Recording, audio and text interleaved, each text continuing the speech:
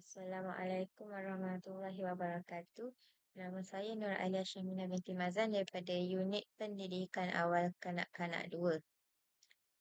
Pada hari ini saya akan membentangkan BBM Matematik bagi subjek PKK 3433 Matematik Awal Kanak-Kanak.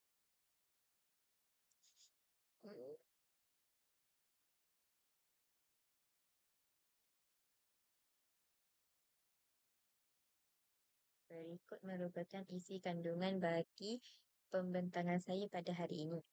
Yang pertama, pengenalan BBM. Yang kedua, objektif BBM.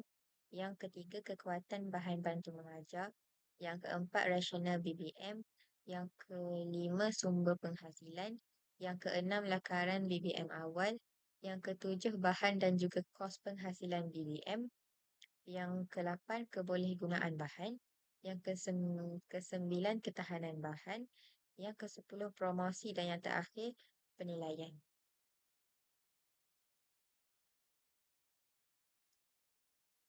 Jadi untuk pengenalan, BBM ini diberi nama Jom Kenali Bentuk 3D. BBM ini dihasilkan khas untuk murid prasekolah dengan fokus kepada pembelajaran konsep bentuk 3 dimensi. Seperti yang kita tahu, murid pada peringkat awal lebih mudah memahami sesuatu konsep melalui pengalaman secara langsung. Oleh itu, BBM ini menggunakan pendekatan belajar sambil bermain supaya murid bukan sahaja faham, tetapi juga seronok sepanjang proses pembelajaran. Sebagai contoh, berbanding hanya melihat gambar dalam buku, murid akan lebih faham apabila mereka sendiri membentuk dan juga memanipulasi bahan. Yang kedua, objektif pembelajaran. Antara objektif bagi BBM ini ialah murid dapat mengenal pasti bentuk 3D seperti kubus, sfera, silinder dan juga kon. Selain itu, murid juga dapat mengelaskan bentuk mengikut kategori yang betul. Yang ketiga, murid juga turut dapat mengaitkan bentuk tersebut dengan objek dunia sebenar seperti bola, tin dan juga buku. Dan akhir sekali, murid dapat membina bentuk melalui aktiviti hands-on yang disediakan. Objektif ini penting kerana ia melibatkan beberapa tahap pembelajaran, iaitu daripada mengenal, memahami sehingga mengaplikasikan. Seterusnya, kekuatan BBM. BBM ini mempunyai beberapa kekuatan utama. Pertama, ianya bersifat interaktif kerana murid perlu melakukan aktiviti seperti menarik, mengasingkan, memadankan dan juga membina. Kedua, BBM ini mengandungi 4 aktiviti dalam satu bahan. Yang seterusnya, pendekatan hands-on juga membantu murid memahami konsep dengan lebih mudah berbanding pembelajaran secara pasif. BBM ini juga menarik minat murid prasekolah kerana menggunakan warna dan juga aktiviti yang menyeronokkan. Pada penutupan. Seterusnya, rasional BBM. BBM ini dibangunkan kerana konsep bentuk 3D agak sukar difahami jika hanya diajar secara teori. Murid mungkin boleh menghafal nama bentuk tetapi tidak benar-benar memahami ciri-cirinya. Oleh itu, BBM ini membantu murid belajar secara konkret melalui pengalaman sendiri. Pendekatan ini selaras dengan teori konstruktivisme di mana murid membina pengetahuan melalui aktiviti. Selain itu, BBM ini juga mengaitkan pembelajaran dengan dunia sebenar. Seterusnya, sumber penghasilan. Dari segi sumber penghasilan, idea BBM ini telah saya peroleh daripada platform digital seperti Instagram, TikTok dan juga Pinterest. Namun, idea tersebut telah diubah suai mengikut tahap murid prasekolah dan disesuaikan dengan objektif pembelajaran. Hal ini bagi memastikan BBM yang dihasilkan lebih relevan dan berkesan dalam PDP. Yang seterusnya, lakaran BBM awal. Jadi, sebelum saya menghasilkan BBM ini, saya telah menyediakan lakaran awal. Lakaran inilah yang membantu saya merancang susun atur serta aliran aktiviti. BBM ini direka dengan 4 aktiviti yang disusun secara berperingkat. Seterusnya, senarai bahan dan juga kos penghasilan. Antara bahan yang digunakan ialah kotak, pencukir gigi, pembalut hadiah, styrofoam, plastisin, kain felt, tali, kertas keras, kertas warna, kertas glitter, clear tape, blok bentuk 3D dan juga paku tekan. Anggaran kos bagi penghasilan kesemua BBM ini ialah sebanyak RM30. Kebanyakan bahan ini mudah diperoleh dan sebahagiannya menggunakan bahan kita semula seperti kotak, tali dan juga paku tekan. Oleh itu, kos penghasilan adalah rendah dan juga berpatutan. Seterusnya, kebolehgunaan bahan. Dari segi kebolehgunaan bahan, BBM ini sangat mudah digunakan oleh murid. Hal ini kerana arahan yang diberikan adalah ringkas dan juga jelas.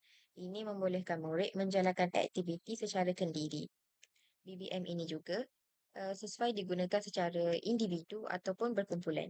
Selain itu, BBM ini adalah bersifat fleksibel dan boleh digunakan dalam pelbagai fasa PDP seperti set induksi ataupun aktiviti pengukuhan.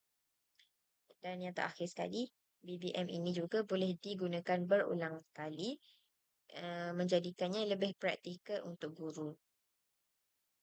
Seterusnya, ketahanan bahan.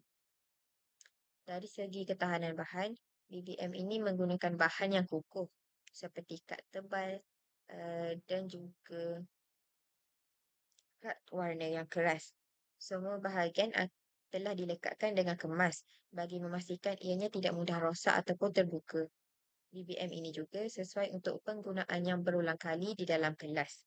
Selain itu, ia juga boleh dilaminasi untuk meningkatkan ketahanan bahan. Dengan penjagaan yang baik, saya percaya BBM ini boleh digunakan dalam jangka masa yang panjang.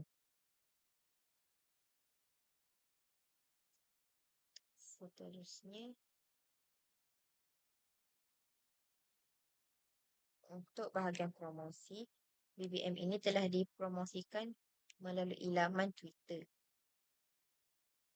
Terdapat pelbagai komen yang positif dan juga individu yang berminat untuk mendapatkan bahan BBM ini.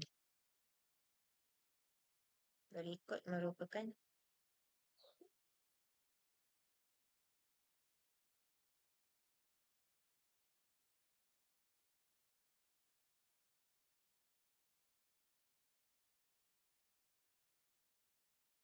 Selain itu, BBM ini juga boleh dikongsi melalui media sosial seperti TikTok atau Instagram bagi menarik lagi minat pengguna-pengguna yang lain.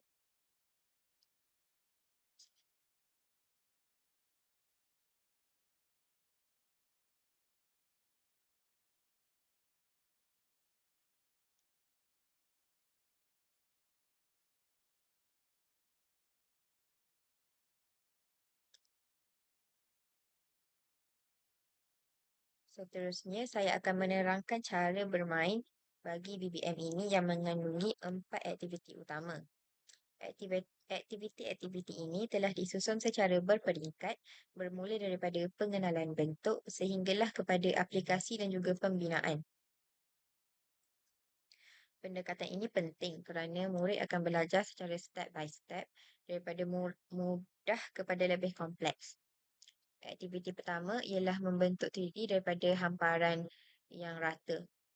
Bagi aktiviti pertama, murid akan diberikan hamparan berbentuk 2D yang berbentuk buku. Murid perlu menarik tali yang telah dilekatkan pada kertas Apabila tali ditarik, bentuk tersebut akan berubah menjadi bentuk 3D. Melalui aktiviti ini, murid dapat melihat sendiri bagaimana sesuatu bentuk 2D boleh menjadi objek 3D. Ini sangat membantu kerana murid bukan sekadar membayangkan, tetapi melihat perubahan secara langsung. Selain itu, aktiviti ini juga meningkatkan koordinasi tangan dan juga mata murid. Cuba anda bayangkan, jika murid hanya tengok gambar, adakah mereka akan faham sama seperti ini? Jadi, aktiviti ini sangat penting bagi kanak-kanak. Aktiviti yang kedua ialah mengasingkan bentuk 3D. Untuk aktiviti kedua, murid perlu mengasingkan bentuk 3D mengikut kategori. Murid akan diberikan beberapa jenis bentuk dan mereka perlu mengenal pasti jenis bentuk tersebut. Sebagai contoh, murid perlu membezakan antara kubus, sfera, silinder dan juga kon. Aktiviti ini membantu murid memahami ciri-ciri setiap bentuk dengan lebih jelas. Selain itu, ia juga melatih kemahiran mengelaskan dan juga membuat perbandingan. Aktiviti ini juga boleh dijalankan secara berkumpulan untuk meningkatkan semangat kerjasama dalam kalangan kanak-kanak. Untuk aktiviti ketiga, iaitu mengaitkan bentuk dengan dunia yang sebenar. Bagi aktiviti ini, murid akan diberikan gambar objek harian seperti buku, bola dan juga tin. Murid perlu mengenal pasti bentuk 3D bagi setiap objek tersebut. Kemudian, murid akan memasukkan gambar ke dalam poket yang telah dilabelkan dengan bentuk yang betul. Aktiviti ini sangat penting kerana ia menghubungkan pembelajaran dengan kehidupan harian murid. Apabila murid dapat melihat kaitan antara pembelajaran dengan dunia yang sebenar, mereka akan lebih mudah memahami dan juga mengingati konsep tersebut. Sebagai contoh, murid akan sedar bahawa bola berbentuk sfera dan juga tin berbentuk silinder. Dan aktiviti yang terakhir adalah memutarkan roda dan membina menara. Bagi aktiviti yang terakhir ini, murid akan memutar roda untuk mendapatkan bentuk menara 3D secara rawak. Selepas itu, mereka pula menggunakan blok-blok bentuk untuk membina menara. Aktiviti ini bukan sahaja menyeronokkan, tetapi juga mencabar pemikiran murid. Murid perlu berfikir untuk menyusun bentuk supaya menara yang dibina tidak jatuh. Ini secara langsung menggalakkan pemikiran kritis dan juga kemahiran menyelesaikan masalah. Selain itu, aktiviti ini juga memberi peluang kepada murid untuk menjadi kreatif dalam pembinaan mereka. Aktiviti ini berada pada tahap mencipta dalam pembelajaran dan juga merupakan tahap yang tertinggi. Oleh itu, kesemua aktiviti ini membantu murid melalui proses pembelajaran secara berperingkat, iaitu daripada mengenal, memahami sehingga mengaplikasikan konsep bentuk 3D.